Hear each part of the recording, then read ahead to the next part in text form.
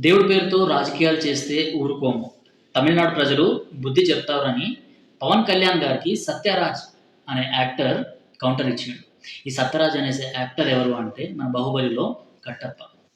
So, ఎలా అయితే తెలుగు, తమిళ, కన్నడ సినిమాల్లో అండ్ కొన్ని హిందీ సినిమాల్లో సో, ఈయనకు సంబంధించిన యాక్టింగ్, ఈయనకు సంబంధించిన పాత్రలు ఏవైతే ఉంటాయో సో, వాటికి మంచి పేరుంది. కాదనట్లేదు. కాకపోతే కొంతమంది నటీనటులు అక్కడి రాజకీయాలకు తగ్గట్టు బఫూన్ చేష్టలు చేస్తుంటారనమాట.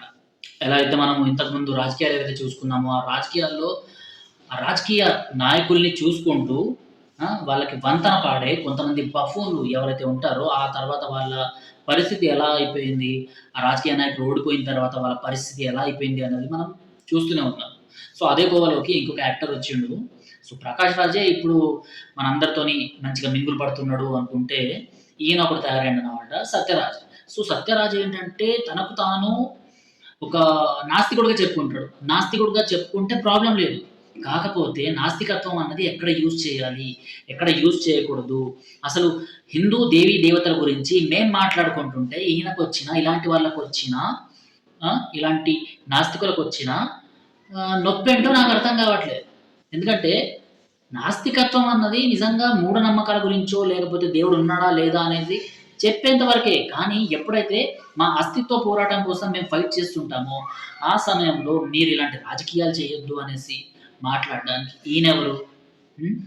అక్కడ ఏదైతే మురుగన్ స్వామి ఆలయం గురించి చాలామంది భక్తులు ఎప్పటినుంచో ఫైట్ చేస్తున్నారో, ఎవరైతే టెంపుల్ ల్యాండ్స్ వక్ఫ్ ఆగమాగం చేసి మొత్తం లాగేసుకున్నదో, సో అలాంటి వాళ్ళకి అగెన్స్ట్‌గా అక్కడి తమిళ ప్రజలు ఫైట్ చేస్తుంటే, వాళ్ళకి కనీసం గొంతు కలపకుండా, వాళ్ళకి సపోర్ట్ ఇవ్వకుండా, వాళ్ళ గురించి ఒక పోస్ట్ చేయని ఇలాంటి నటులు, ఇలాంటి బఫూన్స్ ఇప్పుడు మా తమిళ్ ల్యాండ్‌లో మాట్లాడకూడదు అంటున్నారు. తమిళనాడుని ల్యాండ్ ఆఫ్ ద మురుగన్ అంటారు. అంటే మురుగన్ స్వామి అక్కడ ఎంత ఫేమసో మనం అర్థం చేసుకోవచ్చు.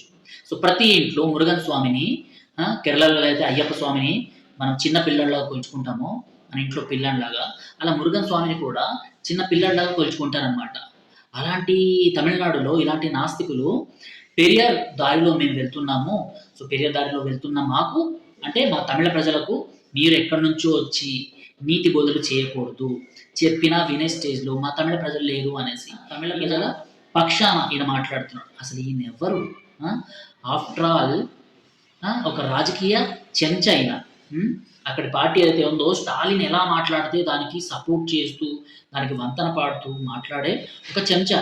ఈయన ఇప్పుడు పవన్ కళ్యాణ్ గారికి అగెయిన్స్ట్‌గా మాట్లాడుతున్నాడనమాట. అంటే ఈయనకి ఆల్ ఓవర్ వరల్డ్‌లో ఒక పేరొచ్చింది. కట్టప్ప అన్న ఒక పేరొచ్చింది అంటే అది తెలుగు సినిమా వల్లనే. అలాంటి తెలుగు సినిమా నుంచి ఒక హీరో వచ్చి ఇక్కడ మాట్లాడుతున్నాడంటే మూసుకొని కూర్చోవచ్చు కదా! మూసుకొని కూర్చోకుండా ఈయన ఈరోజు ఇట్లా మాట్లాడుతున్నాడు. ఇట్లా మాట్లాడడమే కాదు, సో ఇండైరెక్ట్‌లీ వార్న్ చేస్తున్నాడనమాట. అంటే తమిళ, తెలుగు, కన్నడ ఈ ప్రజల మధ్యలో గొడవలు పెట్టడానికి వీళ్ళు ట్రై చేస్తున్నారనమాట. ఇప్పటికి మనకు తెలిసిందే తమిళనాడుకి, కర్ణాటకకి పడట్లేదు అనేసి. ఇప్పుడు తెలుగుకి అండ్ తమిళ్‌కి పడనీయకుండా ఇలాంటి వాళ్ళు పిచ్చి చేష్టలు చేస్తున్నారు. వీళ్ళకి ఆన్సర్ ఇవ్వాల్సిన అవసరం అయితే ఉంది. కాకపోతే ఈయన తన ప్రతి సినిమాలో బొట్లు పెట్టుకొని ఈయన కానివ్వండి, లేకపోతే ఇంకెవరైనా యాక్టర్స్ కానివ్వండి, తమిళనాడుకి సంబంధించిన వాళ్ళు మా సంస్కృతి సంప్రదాయాలు ఇవి అనేసి బొట్లు పెట్టుకొని, లుంగీలు కట్టుకొని అక్కడ ఆలయాల్ని చూపించుకుంటూ అలాంటి సంస్కృతి, అలాంటి సినిమాలు అక్కడి నుంచి వస్తాయి. సినిమాల వరకు మాత్రమే సంస్కృతి సంప్రదాయాలు మేము పాటిస్తాము. కానీ బయట మాత్రం మేము నాస్తికులం అనేసి చెప్తున్నారు వీళ్ళందరూ. ఈయనకు సంబంధించిన ఈయన కొడుకు ఒక సినిమా తీస్తే, ఆ సినిమా ప్రమోషన్‌లో భాగంగా హైదరాబాద్‌కి వచ్చినప్పుడు మాట్లాడండి దేవుళ్ళ గురించి. నాకు రెస్పెక్ట్ అది ఇది అనేసి. నాస్తికుడు అయినప్పుడు నేను రెస్పెక్ట్ ఇస్తాను అని. అంటే తమను తాము ప్రాజెక్ట్ చేసుకోవడం కోసం హిందూ ధర్మం. ఎవరికైనా గులాంగిరి చేయాలి, ఎవరికైనా చెంచాగిరి చేయాలి, అక్కడి నుంచి డబ్బులు రావాలి అంటే మాత్రం ఇలా నాస్తికత్వం. ఇలాంటి వాళ్ళు చాలా మంది మన మధ్యలో ఉన్నారు. మనమే గుర్తించట్లేదు.